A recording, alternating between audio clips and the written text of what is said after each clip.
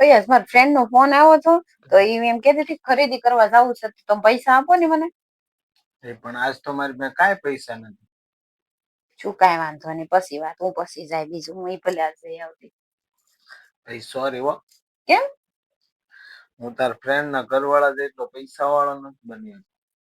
કાંઈ વાંધો નહીં, ભલે ને એટલા બધા પૈસા ન હોય તો શું થઈ ગયું, અને એમાંય તે મારી ફ્રેન્ડ ના ઘરવાળા એની પાસે પૈસા છે એની કરતા તો તમે એમને સવો ને એ જ મારા માટે સારું છે. એવા પૈસા ને શું કરવા? કેમ?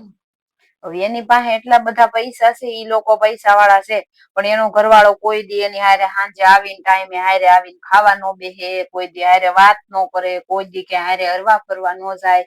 એવી જિંદગી ને એવા પૈસા શું કરવા? એની કરતા તમે કેટલું મારું ધ્યાન રાખો છો અને કેટલા હરખી રીતે વ્યવસ્થિત રહો, મને ટાઈમ આપો, છોકરાને ટાઈમ આપો. મારે પૈસા નથી જોતા, આ જિંદગી મારા માટે બહુ સારી છે પૈસા કરતા.